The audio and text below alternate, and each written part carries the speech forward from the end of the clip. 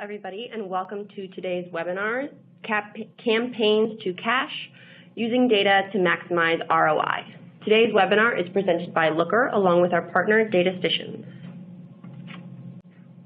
Before we dive into content, I just wanted to go over a few housekeeping things with you. First off, we are recording this webinar, and we will send you the recording as well as the slides tomorrow. Second, we will be doing Q&A at the end. As you have questions, please feel free to send them in. You should see a Q&A box on the right-hand side of your console. If it's not there, look to the menu at the bottom. There should be a little widget that you can pop open and put your questions in there. All right, today I am joined by Tarlok Sagu, the founder and principal at Datastitions, as well as Jake Yost, a senior alliances analyst at Looker. Welcome to both of you, and thank you for being here. Okay, I am going to let them dive in, and I am going to hand it off to Tarlok. Thank you. Hi, everyone. This is Tarlok here. So let me just walk you through some of the situation and scenario of the block and the campaign to cash use case and how we look to address it. So I'm just going to move slides here. There we go. So what we're going to try and do is understand how you can leverage this block to look at your marketing campaign investments and where they create leads and opportunities and eventually revenue, obviously by understanding the metrics behind them. And just to explain what a block is in the terms of Looker, it's an accelerator with pre-built templates and models that allow you to implement a solution on top of your systems that have this data, so you can actually be relatively quickly up and running with some analytics. And again, we're going to go through that, and we'll demo that product as well for you.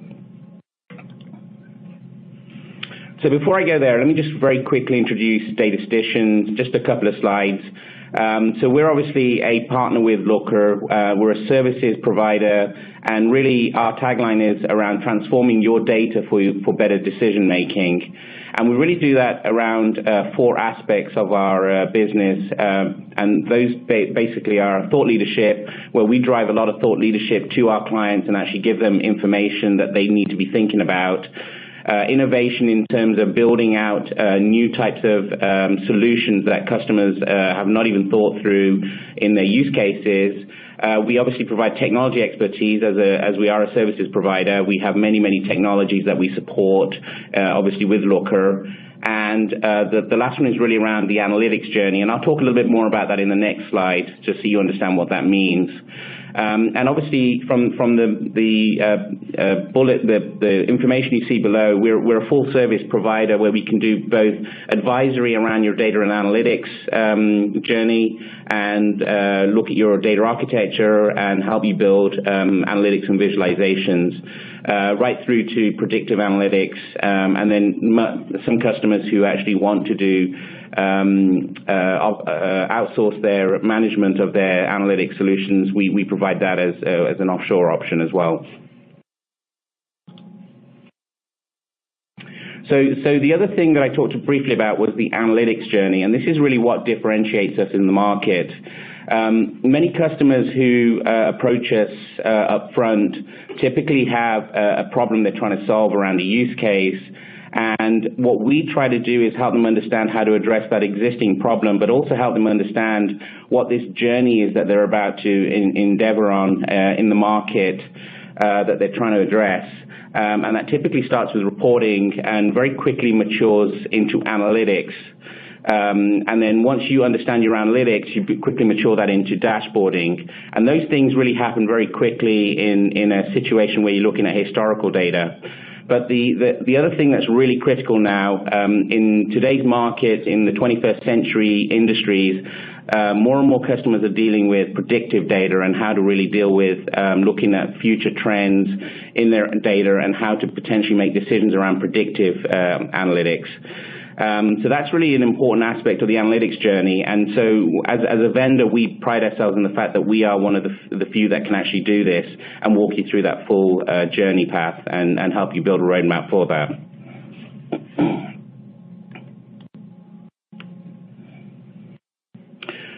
Okay, so let's move into the actual situation with the campaign to cash solution and the problem statement that actually happens in customers and potential situations. So typically a business process around marketing campaigns moving into some sort of cash on the other end of the business process, there's a number of steps that happen in the middle. And basically, what I've depicted here is a funnel that represents, in red, it's in red because it's basically an investment that you have to make in campaigns, marketing campaigns, which ultimately, the intent of those campaigns is to drive inbound leads and opportunities for ultimately closing into sales orders, which eventually drive revenue. So the key use case covers marketing and sales, and then eventually, obviously, sales order tracking as well. So you're basically trying to drive everything from end to end to make sure that you're looking at the whole lifespan of those campaigns and how they're turning into cash. And obviously, again, what I mentioned was there's a spend, and you're looking at revenue, and then really what the underlying tone of the metric is about return on investment. And then the block actually represents the different ROI metrics that need to be tracked in this very specific use case around the campaigns to cash.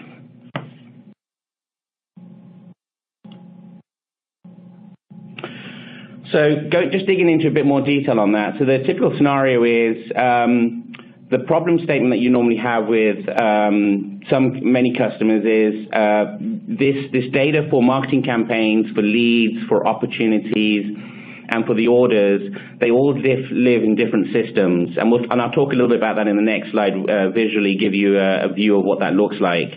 But fundamentally, it takes a long time to pull that data together if you haven't got a single system built to actually address that use case and problem. And because it takes a long time to pull together, it's generally done manually, which is more error-prone and doesn't provide you some interactivity with the eventual output, which is the reporting and the analytical reporting that you have to build at the end. So it's very, very cumbersome, very long-winded, and potentially has a lot more problems around it. And so really what the scenario is that you're looking to pull this data together so you can actually look at the whole lifespan from marketing campaigns right the way through to the orders and measure those ROI metrics. And ultimately, some of the questions you then ask around that is, where do I invest my marketing funds? Because I want to see where I'm getting the biggest return on my investment. And that's not just specifically just the marketing campaigns. Also, you could, if you have geographical locational data, you can actually look at where in specific geographies are my marketing campaigns successful and where are they not successful. And how can you tweak some of those marketing campaigns to actually drive revenue? So typical users for this, obviously the CEO would want to have this level of data because marketing dollars are very scarce in today's world, and they want to make sure that they're spending in the right places. As the CMO, Chief Marketing Officer, and the Chief Revenue Officer both have the same intent to try and drive revenue. But obviously the VP of Sales, VP of Marketing, are also very heavily invested into trying to understand what these metrics look like and why they, where these are actually showing good positive results. So let me just move to the next slide. So let me show you typically what's done today with customers that do not have a solution in place that address this use case. So looking at the left-hand side, this represents the different source systems, and I've given examples of vendors that provide these systems, but basically you will have an order system, an opportunity tracking system, a lead management system, and a campaign management system. And within those systems, they obviously are not connected together on the back end. So when you want to do some tracking of this data, as I mentioned in the previous slide, basically somebody actually has to pull the data one by one, sit down, and actually then go and merge the data together, as they do it in a database on their laptop, or they do this in Excel. And then eventually what they have to end up doing is pushing the output of the data they consolidated into Excel reports or some PowerPoint type reports, which then get taken into a meeting, or they're shared amongst an email that then provide the metrics. And typically this can take weeks to do this type of analysis. And again, it can be error prone because there's so much human intervention in actually trying to get this done.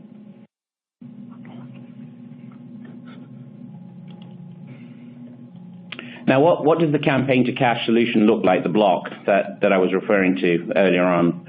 So what we do now, what we've done with Looker as a partner, we've basically built this campaign to cash block, which brings, so if we look at the Looker piece, it brings a number of different templates and metrics together, and it hinges on top of a database, a data model that actually pulls the data together using automation through some type of ETL or data extraction technology from those four source systems. And then with Looker, we actually have pre-built templates that show the underlying metrics. And Jake's going to actually demo those in a second.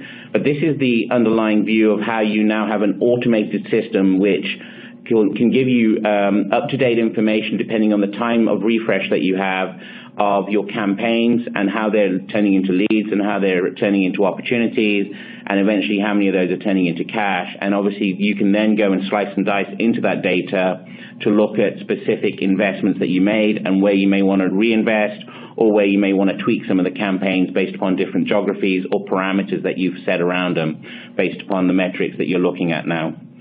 So that's the overall solution. Let me pass over to Jake to do the demo. Great, thanks, Tarlok. I'm just going to take a second to share my screen.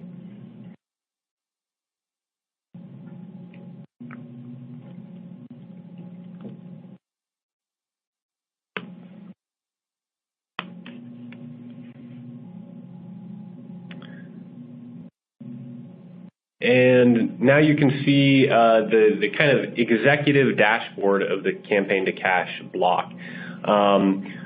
Dashboards are a good place to start to get into data and start asking questions, and this executive summary is a nice summary of that funnel that Tarlok was talking about. And I really like this block for that reason. You get a lot of information right up front. So across the top, we can see those important metrics all together. Like Tarlok was saying, it looks simple, but this is actually pulling from a bunch of different data sources to get us the top level information we want. How many campaigns have we run? How many leads did that generate? From those leads, what became opportunities? And then what opportunity revenue do those represent? And finally, what's our booked revenue? And I'll show you in a moment how we can start to dig into those and really understand what's happening at the campaign level or the opportunity level for those items. But I also want to walk through some of the other high-level things we can see at this executive summary. We're able to look at the marketing opportunity revenue versus opportunity revenue from other sources. So we're seeing kind of the overall effectiveness of our marketing as well as at booked revenue. So revenue coming from bookings is representing about 81% of our total revenue, which is important to know. We get a geographic sense of where our opportunities and revenues are coming from. So we can get an idea of maybe how we want to run campaigns in the future based on success or based on where we want to see more opportunities. We also have the opportunity to look at break that campaign performance up in different ways. So in this case, we can look at the campaign costs for different types of campaigns. Not surprisingly, we see it takes a lot more to run an event campaign than it does an email blast. So those are important types of things to be able to look at. And then what are the revenue coming from those as well? ROI is kind of the big metric here that's important. And as Tarlok mentioned, this is really what we're trying to see is how effective are these campaigns? How much revenue are they bringing in. So we can track our revenue on investment by event type and over time. So we can track things like it looks like the ROI by promotions are decreasing, and so that's going to urge us to look at that and see what we can do for those types of promotions. Furthermore, we can look at revenue by whether it's assisted or sourced. So is it assisted by the marketing campaigns or sourced elsewhere? We can look at the top 5 campaigns by revenue. And again, this is the kind of thing I like to point out. It looks trivial at the dashboard level, but is actually pretty significant because we've taken now the top of the funnel campaign and we're looking at booked revenue together. So we can see what campaign gave us our most revenue. It looks like Avalanche Recruit Drive was successful. So now we have some information about that. And then at the bottom, we're looking at different opportunity revenues broken up in different ways. So the same number, 5.3 million almost, broken out by campaign type. So although those event campaigns are costing a lot of money, we're getting a lot of opportunity revenue out of it.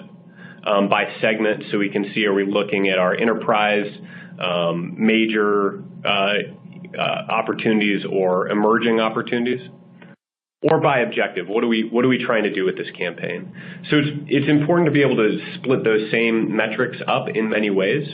One of the things that's nice about having a platform like this is you can define that core concept like revenue, and then each of these are automatically correct based on that definition. So no matter the complexity of that definition, it's easy to build these types of metrics that just come out of the box correct. So having walked through the dashboard, let's start to think about how we can dig into this and really understand what's going on better. So we can dig into this a couple of ways. With the 25 campaigns we've run, we might want to just dig in and drill and see what those 25 campaigns were. So right from the dashboard, I can get to row-level information where we've summarized a number of those things we talked about before. So now I'm breaking out the campaign cost and how many leads came from each, how those each became opportunities. So this is a good way to start to educate myself about those campaigns. From here, I can also actually drill into a campaign details dashboard. So if I click on this, I'm led to a new dashboard that's really designed to tell me about my campaigns. So right now, this is about all of my campaigns together. So we've got total cost and aggregate cost per lead, ROI. But if I wanted to look at something in particular, we saw that Avalanche Blast event 2016 was kind of our most revenue, got us the most booked revenue. So I can run a filter on that. And that's going to tell me the cost of that campaign.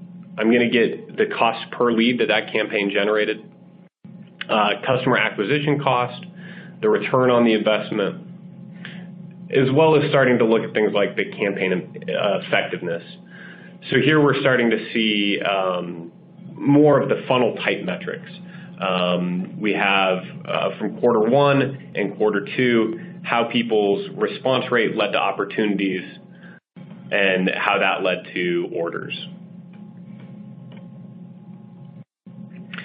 Similar metrics here, we can see now the top 5 campaigns by opportunity revenue and performance, and in this case, we still have our campaign details.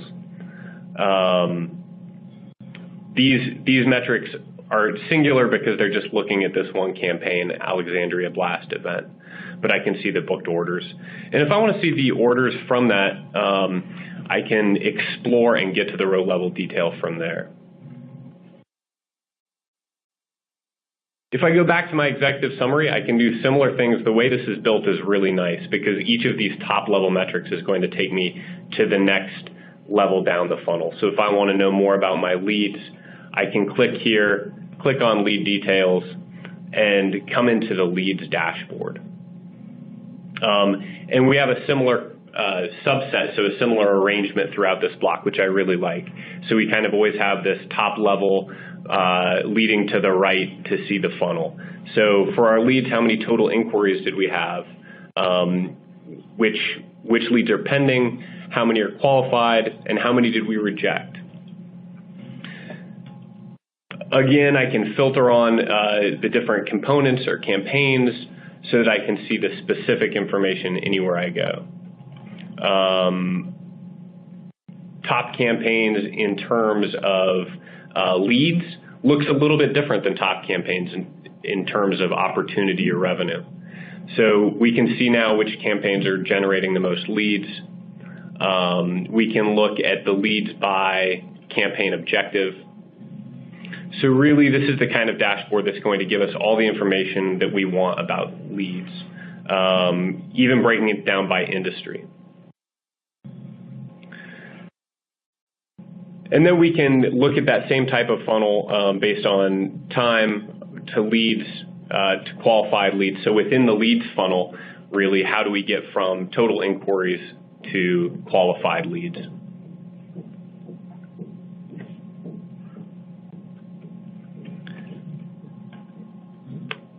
And so then drilling into opportunities. So we've looked at the top level campaigns. How does that produce leads? What do we want to know about opportunities? Similarly, we're going to build an opportunity dashboard where you can see the same type of funnel. Total opportunities, how many are open, how many won, and how many closed.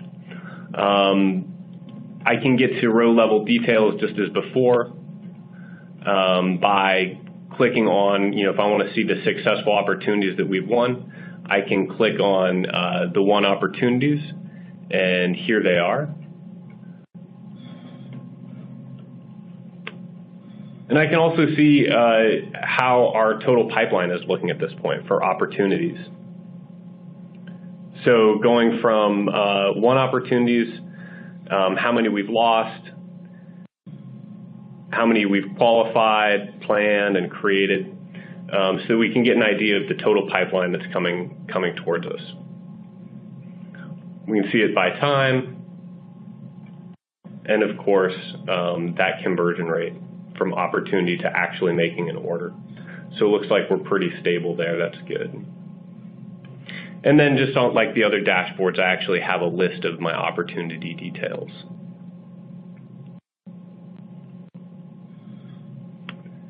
And going to the last part of our funnel then, looking at revenue, being able to see all this in the same place, I can link out to my order detail dashboard and go quickly through this, seeing which orders I have in progress, how many are pending, how many are closed, and what's our delivery ratio.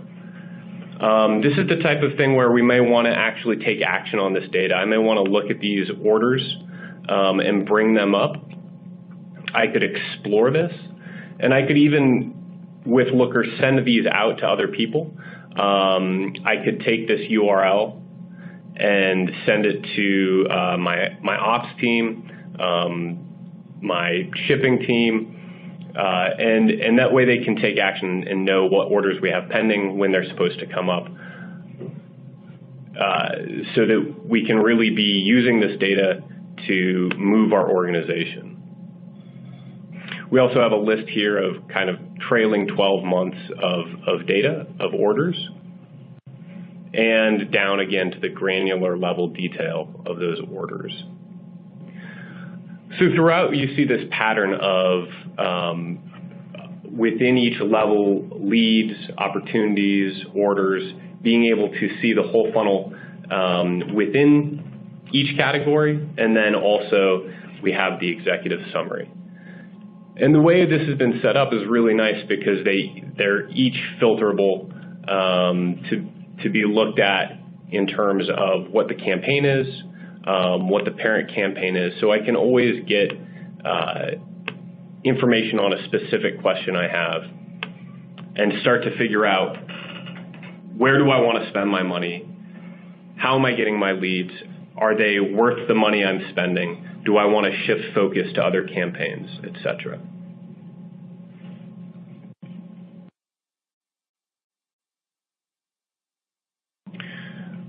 That's what I wanted to show for the demo. Great. Thank you so much, Jake. And thank you, everybody. So we are now going to move over to the Q&A section of this. As I said at the beginning, you should see a Q&A box on the right-hand side of your console. Feel free to send in any questions you have through there. In the meantime, let's get started. Tarlok, I am going to start with you. What does it take to implement a block like this, and how long do you think it would take someone to get up and running? Yeah, it's a good question. So just to kind of answer that question and then explain what that is in the context of if you build something fresh. So it's basically approximately about 4 weeks worth of effort to implement the block. Obviously, we come with the block obviously has a pre-built set of templates and data model, and really the implementation consists of setting up what we call the extra ETL layer of the technology, which is really the data pool that we have to pull, where we pull the data from the source systems.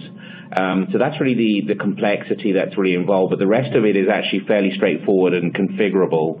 So it's about 4 weeks. Obviously, if you have a more complex source of data and it requires a little bit of work, it can increase in time, but 4 weeks is probably the minimum that we suggest. Now, in contrast, if you were to try and build this yourself from scratch, you're potentially looking at 2 months plus to build a solution like this on top of Looker. So obviously still 4 weeks is an accelerated time to get you up and running for a very specific use case to drive ROI. So that's some contrast I want to make sure that you guys are aware of. Awesome. And I mean, when we're talking about getting a full view of your marketing funnel from spend to ROI, 4 weeks. 4 weeks is it sounds pretty good, yeah, as someone who's tried to set that up without it. Yep. All right, Jake, I'm going to turn this next question over to you. Can you tell us more about what blocks are and where we find them and what else they do? Yeah, absolutely. So Looker blocks, the way I like to describe it is that we want to build our analytics stack block by block.